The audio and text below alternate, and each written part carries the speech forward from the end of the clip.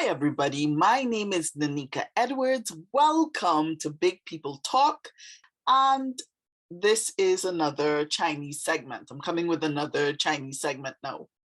If you're listening, tuning in for the first time, then you may not know much about me. So let me tell you a bit about myself. I am a poet, author, and artist and linguist from Trinidad and Tobago, which is a twin island nation in the Southern Caribbean.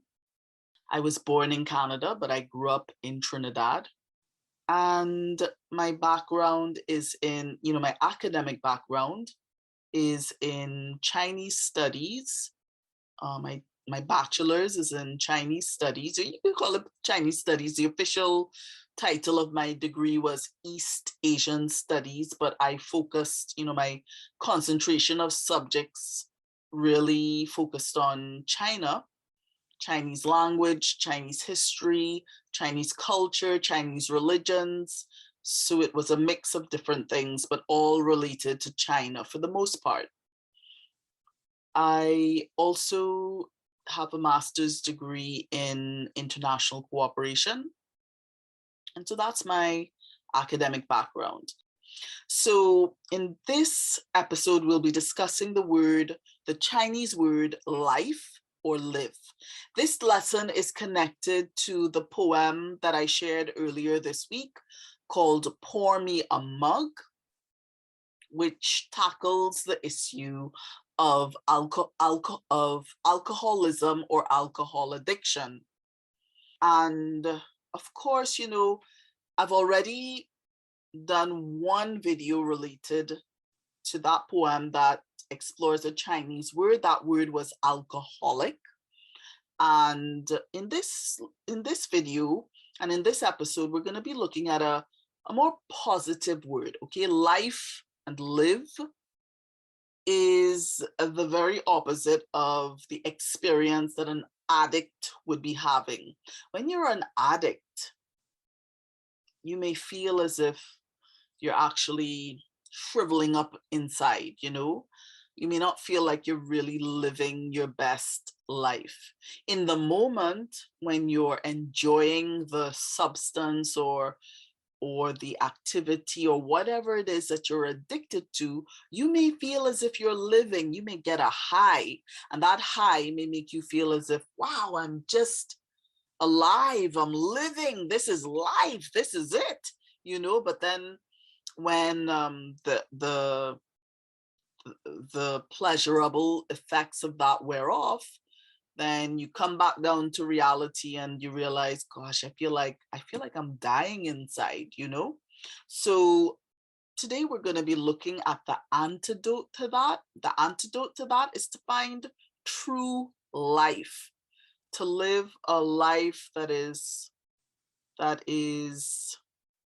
full, beautiful, happy, contented, not just happy, but contented and full of joy. Okay, so this Chinese word, I think, is going to help us paint a picture of what that life can look like. Okay, so we're going to be exploring this word together, and we're going to use it to help develop our critical thinking skills. Now, you don't have to know Chinese to be able to extract value from this lesson, and I will try to explain everything very, very clearly as we go along. And I'm going to be learning along with you as well. I'm going to be working on developing my own critical thinking skills, because I don't necessarily come to come to share a video like this having myself thought a whole lot about the words or characters that I would be presenting. So by the way, a Chinese word can also be called a character. So you may hear me using these terms interchangeably. It's because they all can be used, okay? So today we're looking at the word for life or live, and that word is at the top of the screen. It's made up of two different words that come together to form a single word, and on the left, in the green color or the green font, in the green script, we can see the word grow or be born. Grow or be born. And it can also mean grow. So here's a full list of what this word can mean, because I can't fit all the words on the screen, okay? I can't fit all the words on the slide. So it can mean grow, give birth to, bear, bear, as in to, like, you know, bear a child kind of thing, not the animal. Produce, raw, as in uncooked. It is also used to mean student, whether it's a primary school student or, you know, secondary school, university. It is often used for the words in words that mean student. On the right hand side, we have the word that represents live, living, or lively, and survive. That's in the black font. So I've color coded the screen so that it wouldn't be too confusing. I know that it takes some time to get used to looking at script that is not based on, you know, like the Roman alphabet. So, you know, I color coded the screen to make it a little easier for you. So I hope this helps. So, all right, so let's begin our critical thinking exercise. And, you know, critical thinking is really all about not necessarily criticism, but just being able to ask the right questions so that we can come to the right conclusions. Critical thinking is about, you know, taking different puzzle pieces, maybe bits of information that we have in our mind, bringing them together to form a complete picture that makes sense, okay? So tell me something. Do you think that these two words, before we get into a further exploration of each of these words, let's just look at the two characters at the top of the screen. Do you think that they form a complete or substantial image of what life or live, those two words, what they should really, how they should be defined? What do you think?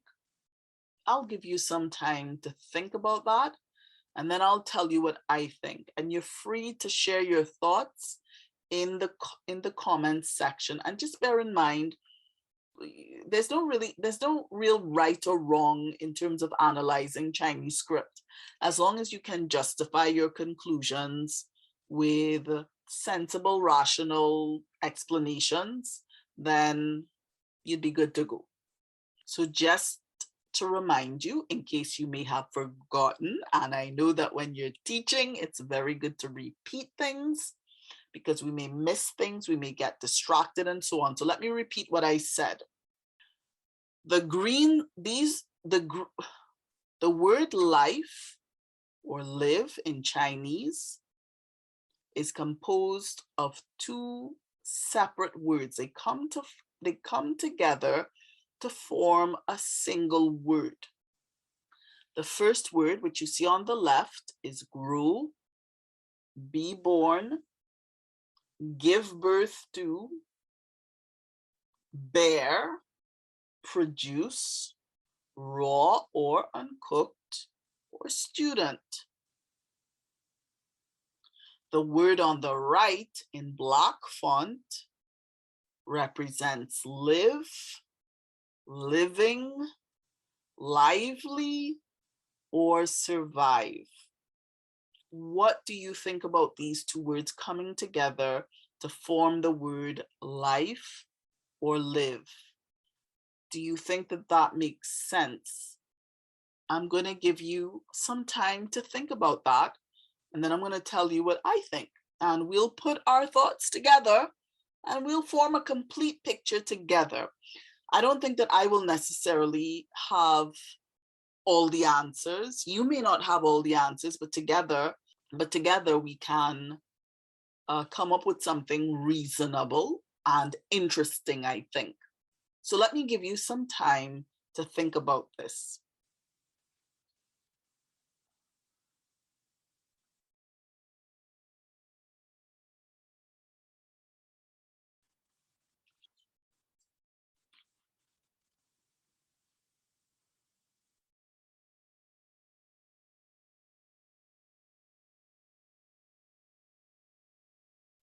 Okay.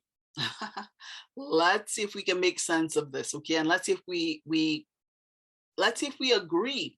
You know, some people may think, yes, it makes sense. Some people may say, I think they could have added some extra things, right? But bear in mind that what Chinese script does is it reduces everything to its most basic definition. Like they will take the core of what they think really defines what something is, and that's what they will use to construct a word. So the definitions tend to be simple, but I would say deceptively simple, because when you pull them apart and, you know, really explore what the words represent, you realize that there's so many different layers to these words. All right, so let's look. Let's look a little more closely at this word, or let's discuss whether it makes sense. So life, is it about growing? Definitely. We know we're alive if we're growing, even if we're 80 years old, 90 years old, we just know we're alive if we're growing. Now, when you're young, you know you're growing physically, and that could be evidence of the fact that you're alive. But you know, we get to the point where we may stop growing.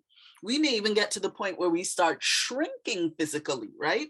Shrinking in size and shrinking in bone mass and bone density and all of those different things, right? But we can grow mentally, we can grow intellectually, we can grow in character, we can grow in emotional intelligence, we can grow in terms of the diversity and the richness of our experiences. So I think that, yes, grow is a really, grow is an apt word to associate with life and living, or to life and to live, okay? What about be born? Yes, well, that's where life begins, right? Or where, maybe not where it begins, because it begins in the womb. That's what I believe. I believe that life begins in the womb from conception. But to be born, is that life? Yes, I think so, because you could be alive, but if you stay in the womb all your life, I don't think we would really call that the full experience of living. You have to be born, you have to pop out of your mother's womb and go through the trajectory of life, go through the journey of life, right? So yes, I think being born is evidence of life. It's very close to where it begins. So being born is evidence that there was life in the womb, and being born is also evidence that there will be life to come. Okay, so I think that being born is a very, it's an apt definition. What do you think? Did you think of anything else, or were you thinking along the same lines? Okay, good. And please don't jump ahead. I mean, you may be looking at the bottom of the screen and trying to figure out the rest of this, but we'll get to that, because sometimes I don't put everything that is applicable at the bottom of the screen, because just because of the space constraints, I may not put everything. So let's focus on what's at the top of the screen. Okay, let's look at the second word. It represents live, living, lively, and survive. So let's look at each of those. Okay, so live. Well, yes, if you're not living, you're not alive, right? Or living, you can't, if you live, then you have life. So that makes sense. Living, If you're living, you have life. So that makes sense. And of course, we can look at living on all kinds of different levels, right? So like some people would say, you haven't lived until you've skydived. You haven't lived until you've gone bungee jumping. So living could be on all kinds of different levels. And then we've got lively. Okay, do you think lively is, if you're not lively, is that a indication that you don't have any life? I think on a certain level that is true, because liveliness suggests energy, vitality, sound emotional health, and those things are important to live a full life. And if we're not lively and we're kind of, just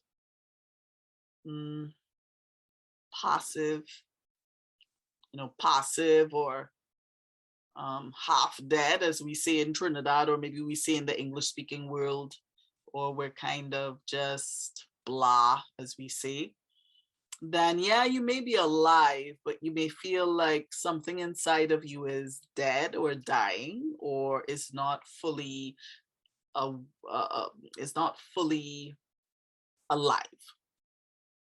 And then survive. Yeah, life is about surviving, right? We go through the grind, most of us, every day. You gotta work, you gotta sleep, you gotta eat, you gotta survive, right? And most human beings, we do what we have to do to survive. And if you don't survive, then you end up not having any life, right? Literally. So survive, yes, that's a big part of life. And if you're only surviving, though, it may not feel like you're living. If you feel like, I'm just surviving, I'm just eking out an existence, that may not feel like life. But life is about survival. Life is about beating the odds, because the world is a very harsh place. It's a very cruel place. It really is like a jungle. I think that the way human beings, the way we treat each other, sometimes the way we cannibalize each other, does make this a place where you do have to fight to survive. And that is part of life. And it's also part of living, being able to outsmart the cunning of human nature, right? And the different personalities that may be around us, right? So yeah, survival is a big part of life. So this makes sense, I think. Did you think of anything else? Did you put it in the comment section? Thank you for doing that. All right. So, and by the way, if you're enjoying this video and if you've been enjoying the videos in general, please give them a thumbs up and subscribe to the channel if you haven't already. Okay, now let's look at these two words at the top of the screen in relation to the main theme, which is alcoholism. So I'm now going to look at it from a Christian perspective, because that's what stood out to me. I'm a believer. God infuses every part of my life, right? So this is the lens that I see life through. And what stood out to me about this is that the word born reminded me of the whole concept of being born again. That's what it reminds me of, the concept of being born again. And, sometimes we may go through life and we feel like we've made some major mistakes. Sometimes minor mistakes. Major mistakes can be particularly devastating, but being born again, which is a Christian concept or a biblical concept, a God concept, offers us a new opportunity to start over, to turn a new page, to open a new chapter in our life and write a new story, or allow God to write a new story for us. We may have had our own book where we were writing our own story and coming up with our own plot. And, part of that plot was, I want pleasure at any cost, even if it costs me my happiness or my safety. I want to get a high. I want to feel good. I want to fill some hole in my heart. And we write this story for ourselves and end up becoming addicted and miserable, right? And I'm not meaning to rub it in if that's where you find yourself. I'm just trying to explain how maybe we might feel if we were in that situation. But when we allow God to write our story, and when we accept Jesus into our heart, we can be born again. It doesn't mean literally being born again, but spiritually being born again. God will make us a new creature. We start all over again.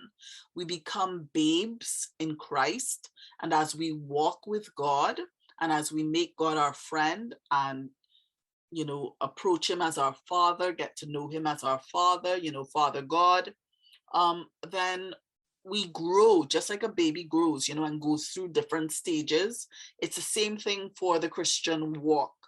When somebody comes to Christ for the first time, we really start off as babes. We have to drink the milk of the word, which is what the Bible talks about, drinking the simple things of the word, like, just understanding that God loves us, or, understanding that it's important to obey God, or understanding that we are special to God, just understanding the basic principles of walking with God. And as we grow, we start eating the meat of the word, just like any child or baby, as they go through these different stages where they, you grow teeth, and then now you can eat solid food and that kind of thing. It's the same thing. It's a picture of it. It really is a picture of even being an adult and finding that you are born again, right? And you kind of have to, you're like a little child, in God's family. And you go through all the stages, you become the teenager and the adult and all of that, right? So being born again is, I think, the best option for anybody battling addiction. Go to God, cry out to God and say, God, I am tired of this life that I am living, and you promise abundant life to those who love you and follow you. And I really would like to have that abundant life. And I would like to have right relationship with you. I want to be born again. I want Jesus in my life, and start over.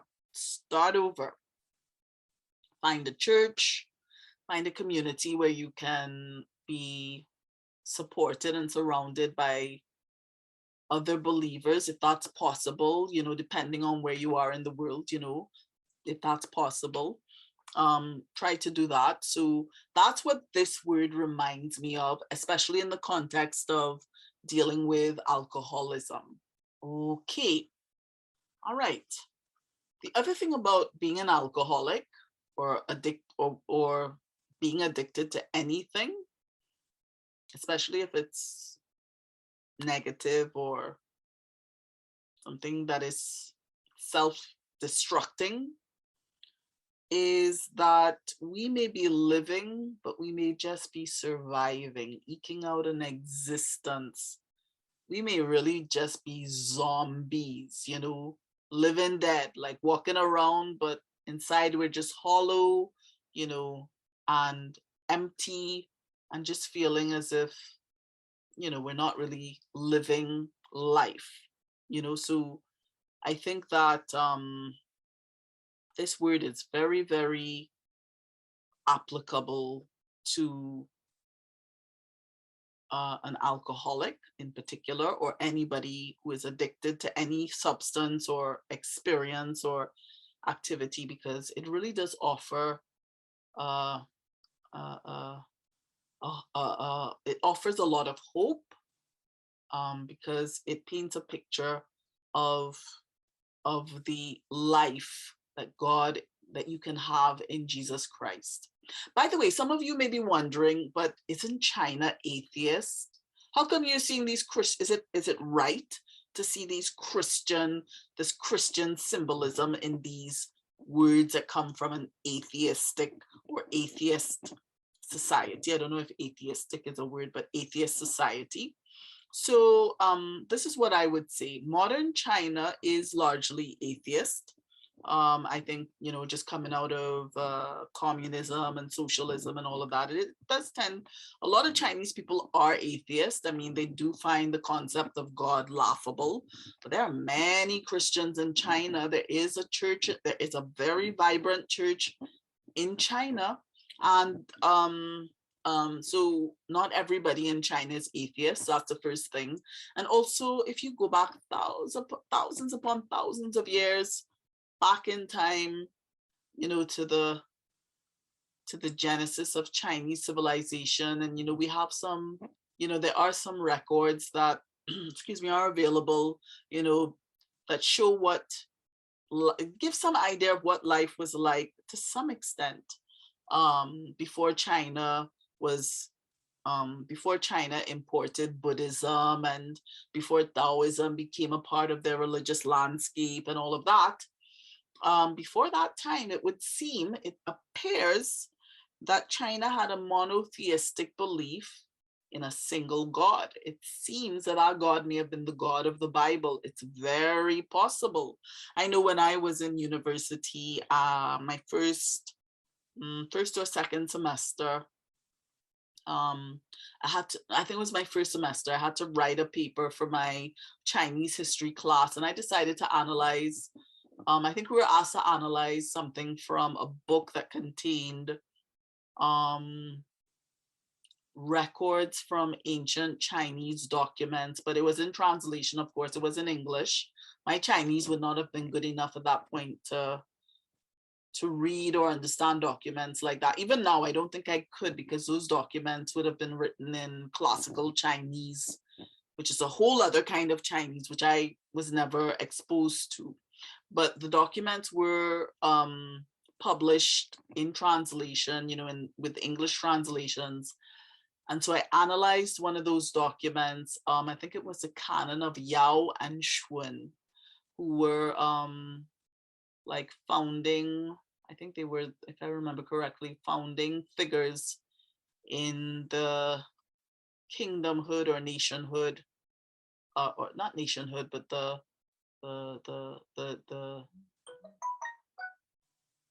seedling form, the seed form of what is now modern China, right? Way back in history. So when I did that paper, I realized, I was probably about 18, 19 years old. I realized, wow, and by then I was already a Christian. I was like, wow, looks like China had looks like China's history, the Chinese Empire, looks like it was built on biblical foundations or scriptural or Christian foundations. I mean, back then the term Christian would not have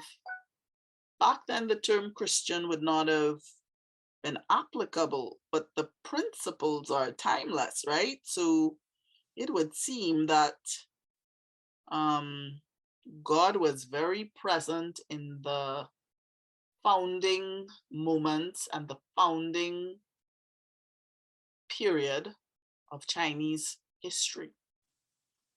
I believe that, especially having done that paper, which, like I said, was based on original, authentic Chinese ancient documents, right? So yes, I do believe that they had a monotheistic belief in a single God. And over time, their religious persuasions morphed and changed and all of that. So now we have atheist China, but You see, the script reflects what was originally accepted and what was originally part of their culture. Because this script is ancient, it's thousands of years old, and it hasn't changed. It has not changed in content, okay? So there are no modern Chinese words, they're all ancient. Even for modern words, they use ancient words to create modern words. So for example, the word for train is fire car. And car is not the car. You're thinking, okay, but car is a modern word. But no, the word they use for car is like a horse cart. So all their words are ancient, and they use ancient words for modern words, right? And I'm losing my train of thought here. So where was I going with this? So yes, so China, yes, modern China is atheist, but there is a lot of biblical truth embedded in the script, which is why it's so easy for me to just pull out random characters and use them to explore issues related to life, but also issues related to the Bible and having a relationship with God. And you know, the script is very wise, and I mean, China has been around for thousands of years, right? So they have had thousands of years to observe and record truths about life, and all of that is encoded in their script. And the other thing is that God did say in his word in the Bible that he would not leave us without evidence about the reality of his existence. So even outside of the Bible, God has so designed things that he has left breadcrumbs that would lead us to him, or to the right conclusion that he exists and that he is who he says who he is, right? And that he is who he says he is. So China is one of those things. Archaeology is another thing. Nature is another thing. There is so much truth embedded in nature. Think about all the lessons that we glean about life just from looking at the animal kingdom, or from studying the intricate details of the human body, or from studying the weather patterns, or learning things about the galaxies and the universe, you know. And look at how much truth we extract that we can apply to everyday life and to the human experience, whether we believe in God or not. That's because God has left evidence everywhere that he is who he says he is, and that he is true. So he spoke everything into existence, and so his truth is embedded in every form of created matter. Okay, so I hope that makes sense to people. And if you agree, or if you don't agree, feel free to share in the comments. I would be happy to see your thoughts. Okay, so I went on a long bunny trail. I always mean for these lessons to be short, but sometimes things need a bit of explaining, because I'm not going to assume that everybody looking at these videos is a believer or a Christian. I have to kind of speak to both Christians and non-Christians, okay? So let's get on with the lesson. So let's look at the bottom of the screen. I hope you're finding this as intriguing as I am, because I find Chinese such a fascinating language, you know, really, really fascinating. So let's look at the portions at the bottom of the screen, okay? This is where I break down the characters even more. The words at the top get broken down or deconstructed at the bottom of the screen, okay? So on the left-hand side, you will see two pieces of script with green writing under them and a plus sign in the middle. I usually change the plus sign to another color. Please forgive me, I really forgot to change it this time. It's black, but it's a plus sign, okay? So it's not a character. But the words on either, the script on either side of that plus sign, that represents Chinese script, okay? These are the components that make up the word grow or be born.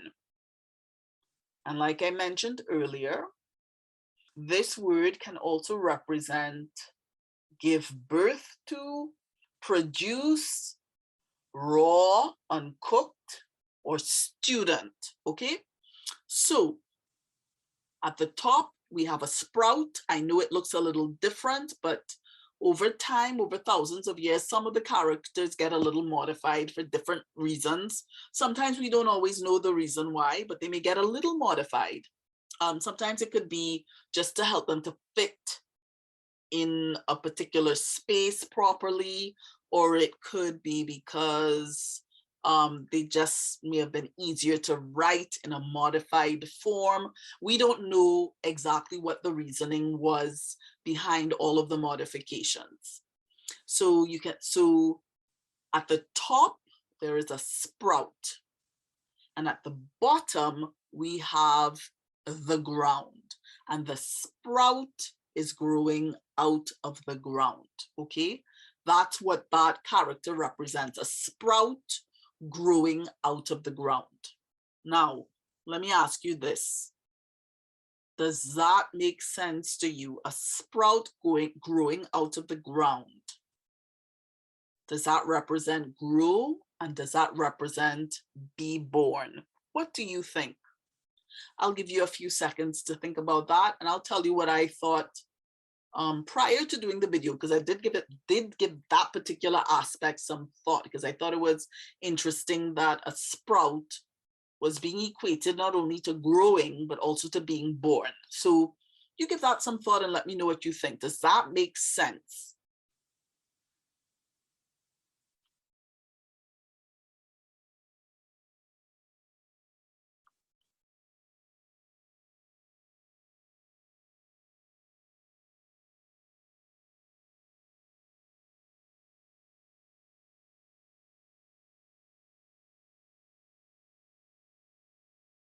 Okay, I'm gonna tell you what I thought of, okay?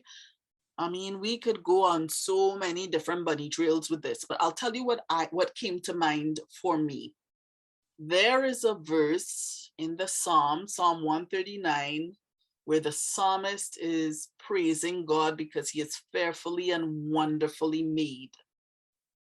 And there is a particular point in that psalm that I think connects the ground with birth, or with the concept of something that will eventually be born. Okay, so I'm gonna read that scripture for you. Okay, so this is the scripture reference. It's from the New King James Version, Psalm 139, verse 15 to verse 17. It's really more verse 15 to verse 16, but I'm going to include verse 17. My frame was not hidden from you when I was made in secret and skillfully wrought in the lowest parts of the earth. Your eyes saw my substance being yet unformed, and in your book they all were written, the days fashioned for me, when as yet there were none of them. And here's verse 17. How precious also are your thoughts to me, O God. How great is the sum of them. Okay, maybe that verse 17 isn't too much related to 15 and 16, but you know, we're talking about being wrought or crafted in the lowest parts of the earth. And I think about the fact that Adam was made from soil, from clay, from earth. Okay, so we are essentially made of earth. As far as, you know, when we die and we're buried, you know, it's dust returning to dust, right? We return to dust. Our body decays and becomes dust again, becomes part of the earth, the soil. So when a baby is conceived, That's what I think the psalm is saying. I could be wrong. Feel free to correct me if I'm wrong, but I feel as if on some level, being in a mother's womb is like being pocketed in earth, okay? Because the womb, flesh, all of that is really apparently has the same components as soil. Apparently, if you analyze the composition of human flesh and the human body, apparently it has the same elements as earth, as far as I know. Somebody could correct me if I'm wrong, but I know I read that somewhere from what I believe was a credible source. So yeah, so this reminds me of the word be born and also grow, right? So you're growing in the womb, and then eventually you'll be born, and you're wrought in the lowest parts of the earth and all of that. So that made sense to me. Did you have any did you have any other thoughts on that? Feel free to let me know. The other thing I wanted to comment on was the whole concept of that word representing student. So I think that when somebody always wants to be in the role of a teacher, you always have to be showing off how much you know. You always have to be teaching somebody something and being the professor in the room, and you kind of are always in the teaching spotlight, whether it's formally or informally. I think that's evidence that maybe you're not growing, because a student is humble enough to know that we don't know everything and we have to grow. We will always be growing, because you know what they say, the more we know, the more we realize we don't know. So to think of ourselves as students is putting ourselves in a place where we will constantly be growing. But if we are always the teacher, we always have to know more than everybody else, chances are we're not going to grow, or our growth is already stunted, and we could actually probably not only not grow, but also maybe go backwards and become irrelevant to some extent, because the world will be moving on and we'll be stuck in one place, not growing, not learning, or maybe not growing or learning for the right reasons. Growing and learning to show off is not really growth. Raw and cooked, I couldn't make sense of that for this word, but if it makes sense to you, please feel free to let me know. I guess a sprout growing out of the ground would be uncooked and raw, but I don't know. Raw usually there refers to like, yeah, uncooked. So I don't know. I'm not too sure about that. But in terms of addiction, any form of addiction would stunt our growth. And to reactivate our ability to grow, there are certain things that we need to do. We need to eat the right things, drink the right things, ingest the right things, not only on a physical level, although that's important, especially if we're alcoholic, but also on a spiritual level, like eating spiritual food that would feed our soul, feed our minds, feed our emotions with things that would build us up and not break us down like the thing that we're addicted to. Okay, so much for growing and being born. Okay, let's look at the other word: live, living, lively, and survive. So this is broken down at the bottom of the screen, and you can see the different elements. You can, just look back and forth between the top and the bottom to see if you're seeing these different things in the word at the top of the screen. Okay, so you see water.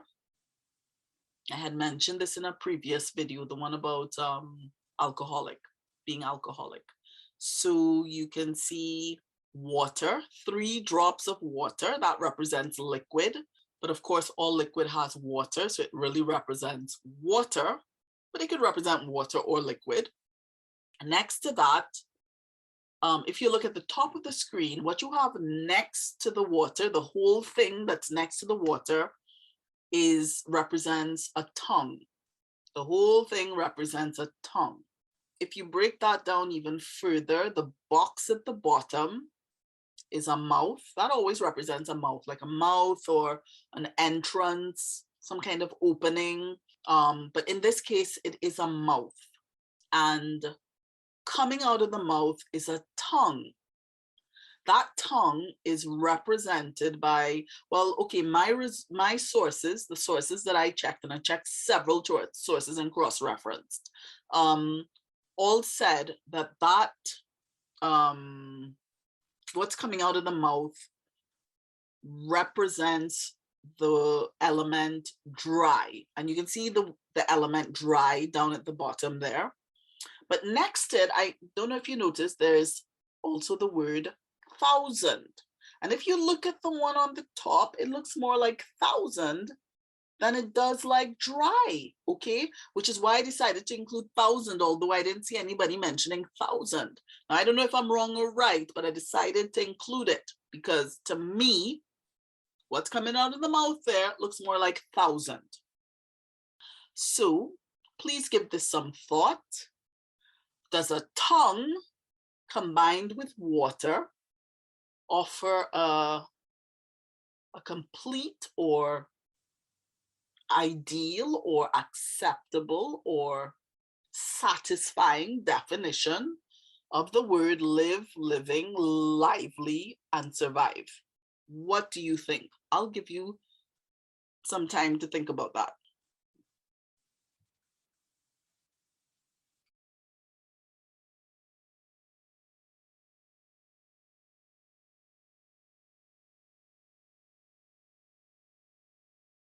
Okay.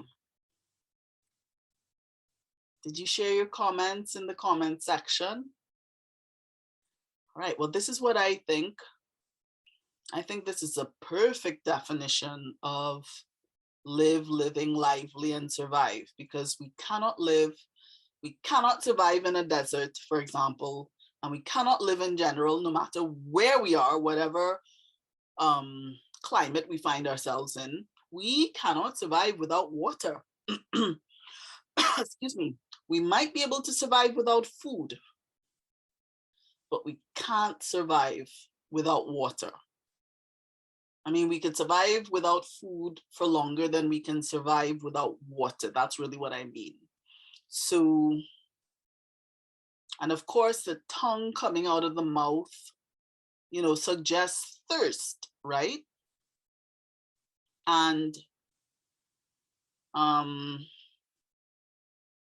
boy, there's so many thoughts going through my mind right now, to be honest. I mean, I would love for this video to be short, but God has designed me to talk a lot. I realize that people are always trying to get me to hurry up and say what I have to say, and I always find it so rude. It's annoying. And you know what? I'm coming more and more to terms with the fact that I'm just designed to talk, okay? So I hope y'all will enjoy all the talking.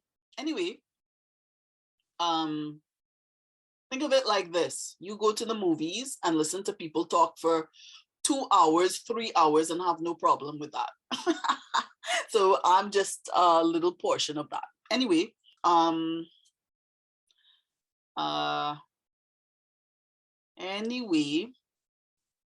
was also looking at the element of dry and thousand. Okay, so dry.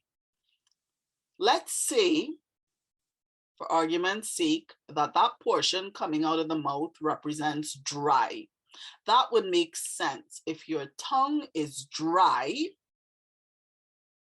a dry tongue needs water.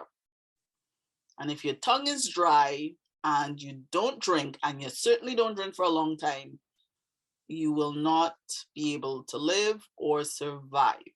And you will become very faint at some point, and you're going to feel unwell. Okay, so I think that's a good, I think dry is definitely plausible there. What about thousand? Well,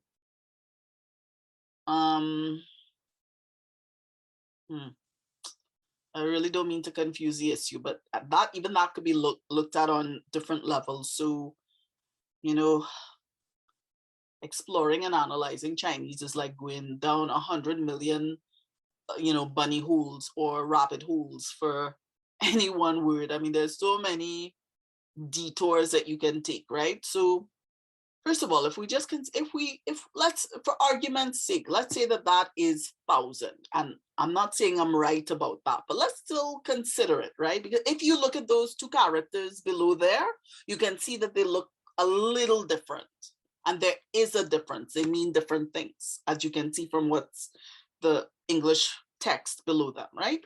So one is dry, one is 1,000. Okay, let's say the word coming out of the mouth is 1,000. I was thinking, okay, if it's 1,000, then this is what I was thinking. And again, I'm looking at it from a biblical perspective. Jesus is like the water of life, and he can quench the thirst of all of humanity. There's enough of him to quench the thirst of all of humanity. And if I were to look at 1,000 as maybe a symbolic representation of kind of an endless quantity, then I see that as Jesus being big enough, vast enough, kind enough, loving enough, merciful enough to water the hearts and souls, and to fill the thirst, quench the thirst, the spiritual thirst of every single person who reaches out to him, no matter what that number is. And he wouldn't turn anybody away. By the way, you can also break that down further if that is 1,000. So if you look at that, you can see a cross, like a vertical line and a horizontal line intersecting each other like a cross. That can represent the number 10. When you think about it, it also looks like a cross, right? It looks like a cross. Makes me think of the cross of Christ. And yes, I think God in his wisdom could have embedded all of these clues and breadcrumbs, even in ancient Chinese, even before Jesus came to planet Earth. Yeah, I think God could have done that. The other thing is, one line is vertical and one line is horizontal. And that reminds me of the fact that in God's kingdom, it is so important that we have healthy vertical and horizontal relationships. So healthy relationship with God and healthy relationship with people, and also with the environment, so all of the above, but especially with God and people, because you see in the God, people, the environment, because in the Garden of Eden we see Adam building his friendship with God. But then Eve comes along and he's building relationship with her. So that's a horizontal relationship. His relationship with God is a vertical relationship.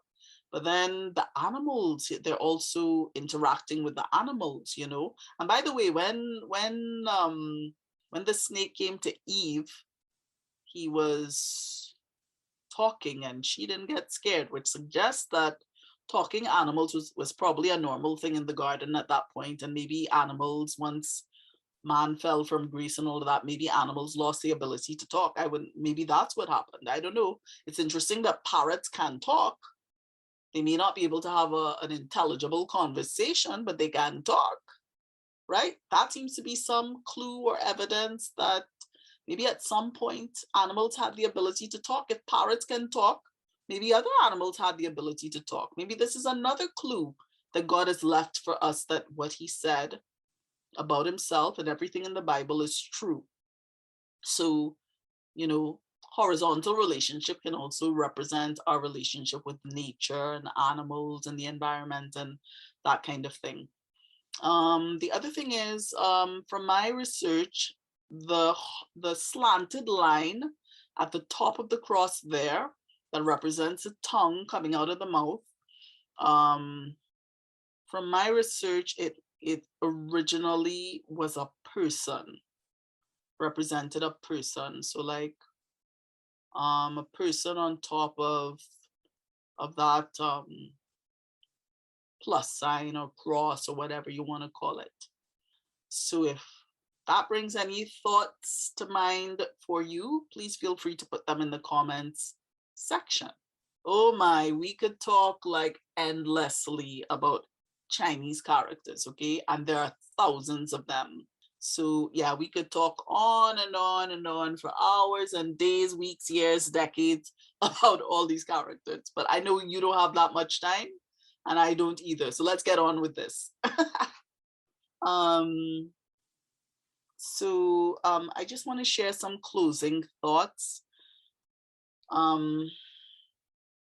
Well, again, all of this discussion is, I want to tie it back or tie it in with this whole issue of addiction and alcoholism and alcohol addiction and all that. So one of the key elements we see here is water, okay? Without water, we cannot live. Without water, the plant, in the word for grow or to be born, cannot grow. And in the word for living, survive, and all of that, that thirsty tongue cannot be quenched and cannot help us to keep on living if there's no water, right? So water is a key thing here. And Jesus says that he is the water of life. And, if we're thirsty, we will drink, right? If we're not thirsty, we will just, we will walk away from Jesus, because we just won't be thirsty. We just say, well, Jesus, you're not for me. I mean, I don't want you. I'm not thirsty for you. I'm thirsty for something else. I'm thirsty for something else. But the thing is, when we're addicted to something, it means that there is a thirst inside of us for something. But that thirst is not being satisfied. We're trying to quench that thirst with all kinds of things that's just not satisfying our thirst. You know what it's like? It's like being really thirsty on a hot day, and you drink like a really sweet drink, like some kind of soda pop, some kind of soda, soft drink, sweet juice, and you're thirsty, but it's so sweet that it actually doesn't quench your thirst. You know what I'm talking about? But if you substituted that for a glass of water, it would quench your thirst. So that's the beauty of water, and that's the beauty of Jesus Christ. And God's message may seem simple, just like, water may seem really simple and boring compared to, juice, lemonade, vodka, rum, scotch, whiskey. Water may seem really like a really boring option compared to those, but it's the one that will save your life, and it's the one that will save you for all eternity. So I think that the water here is a really apt picture connected to the whole issue of life, and the fact that what we're looking for when we are addicted to something is something that will give us life, where we feel like we're dying, that will quench our thirst, where we feel like we have an unquenchable thirst. And Jesus is the one who can fill that need and who can satisfy that need completely, perfectly, permanently, forever and ever and ever and ever and ever. Okay. And the other thing I would like to say is that okay, I did take some notes this time because I didn't want to forget, like I did with the alcoholic video, any elements that I wanted to share, any points that I wanted to share. So I'm going to finish off very soon. So I think, like, when somebody is addicted to something, I would imagine, and by the way, I'm not trying to stand in the place of a professional counselor or a therapist. I'm just giving my common sense advice, right? So these videos are not meant to replace the advice or the counsel of a therapist. I will always encourage somebody who has psychological issues that you really feel like you can't handle on your own. I would encourage you, go get some professional help. And by the way, half the planet, probably more than half the planet, has psychological issues that we need to get professional help with. You know, a lot of people don't recognize it or won't acknowledge it, but that doesn't mean it's not the truth.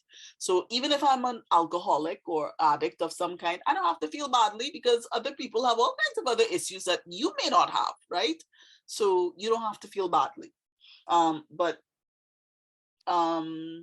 you know, we're all sick. Jesus said that he came for the sick, and that's all of us, for the sick-minded or the sick in body or the usually sick in soul or whatever. Jesus came for all of us.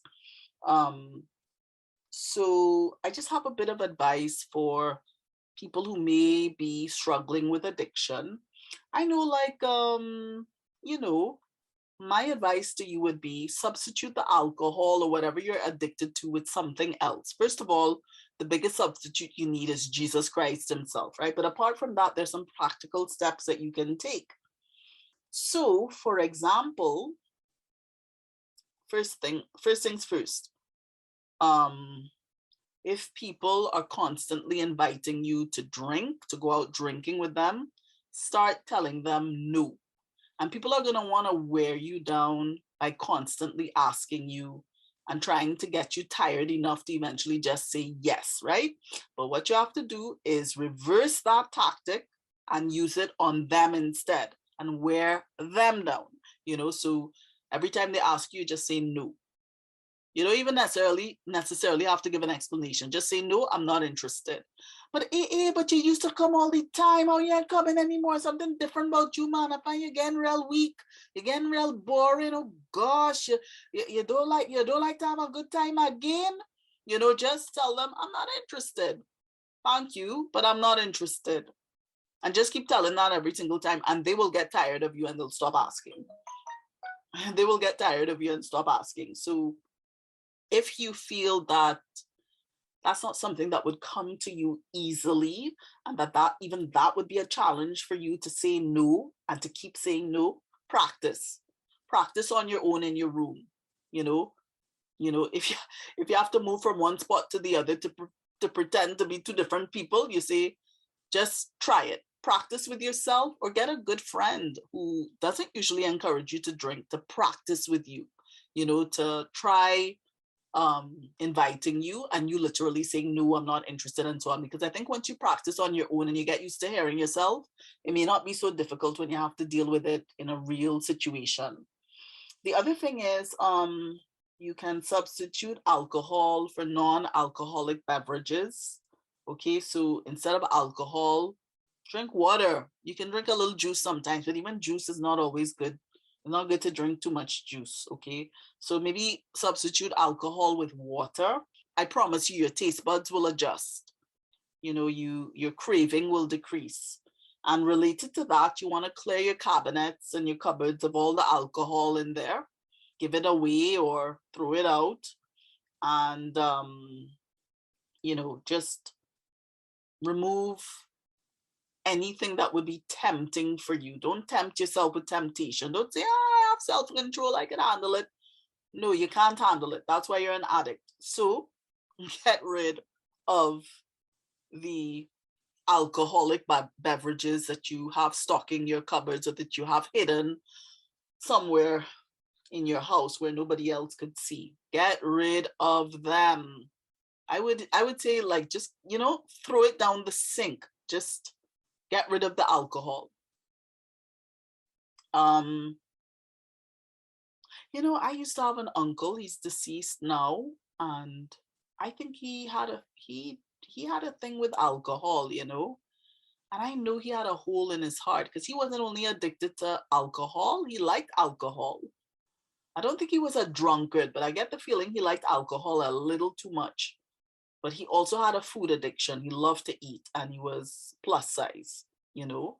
And I remember talking to God about him. He used to annoy me a bit, but I remember God telling me, be patient with him, because the reason why he eats so much is because he has a hole in his heart.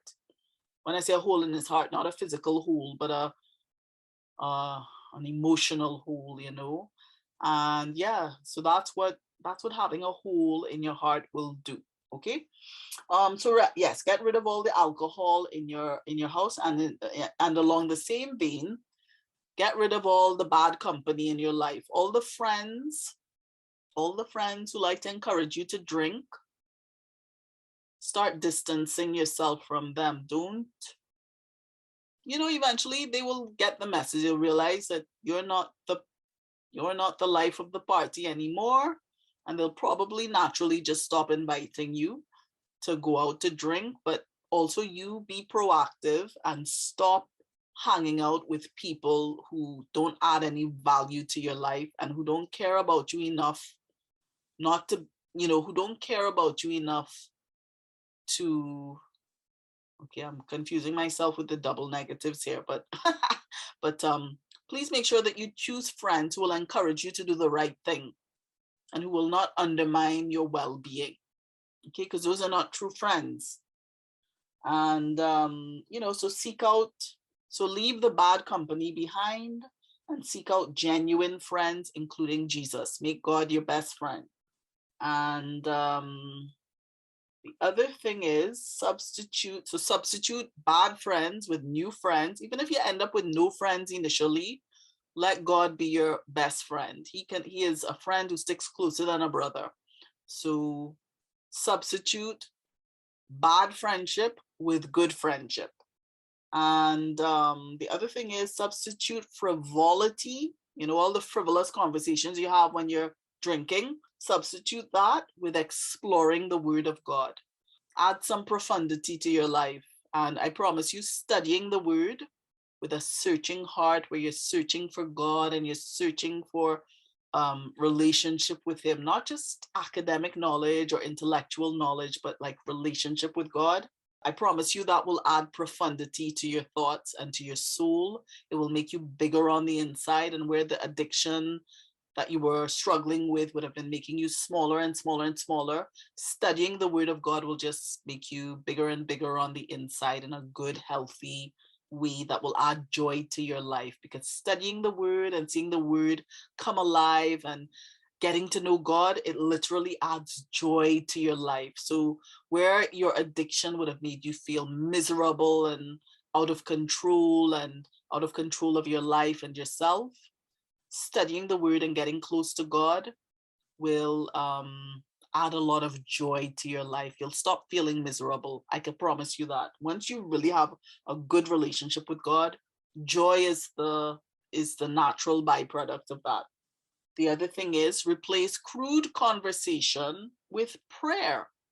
Instead of having crude conversations with people over a glass of whatever you like to drink, start having beautiful heart-to-heart conversations with God. Start having beautiful heart-to-heart conversations with a friend, like a good buddy, a new person. Ask God to put new people in your life, okay? And